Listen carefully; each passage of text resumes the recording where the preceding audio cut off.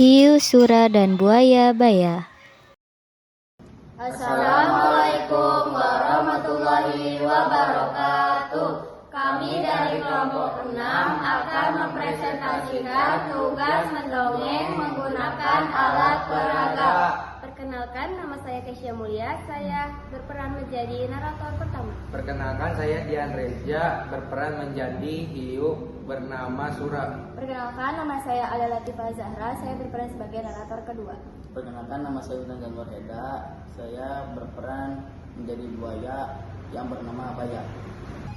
Pada zaman dahulu kala, hiduplah seekor hiu yang bernama Sura dan buaya yang bernama Baya hidup saling berdampingan. Karena terlalu sering bertengkar, akhirnya mereka membuat perjanjian yang saling menguntungkan. Baya, kita ini sudah terlalu lama berkelahi hanya untuk makanan. Apa kita tidak bisa membuat kesepakatan saja? Kesepakatan seperti apa yang kau maksud, Sura? Bagaimana kalau kita berbagi wilayah kekuasaan? Aku di air dan kau di darat. Dengan begitu, kita tidak perlu bertengkar. Ide yang menarik. Jadi kau tetap di dalam air dan aku yang berkuasa di seluruh daratan. Benar, jadi kita tidak akan lagi memperebutkan ikan di wilayahmu dan kau tidak mengambil makanan di airku. Baiklah, Sura, aku setuju dengan kesepakatan ini. Semoga ini bisa mengakhiri perkelahian kita. Sura dan Baya sepakat untuk membagi daerah kekuasaan menjadi dua. Sura berkuasa di air dan hanya boleh mencari mangsa di air.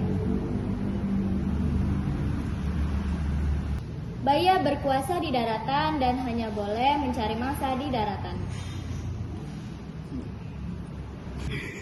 Suatu ketika Sura melanggar kesepakatan mereka dan mencari mangsa di daratan dengan diam-diam.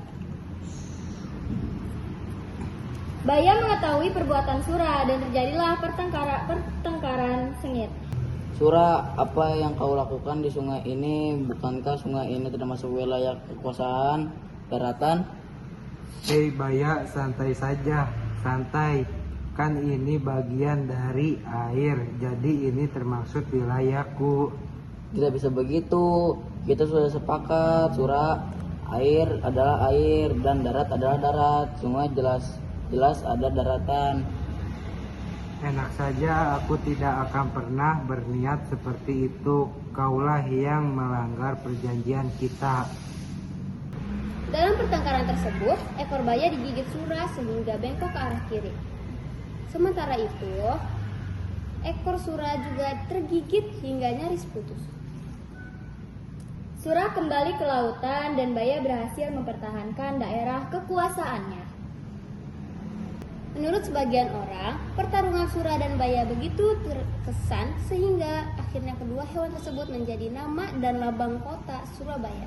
Surabaya. 다음에 또 만나요.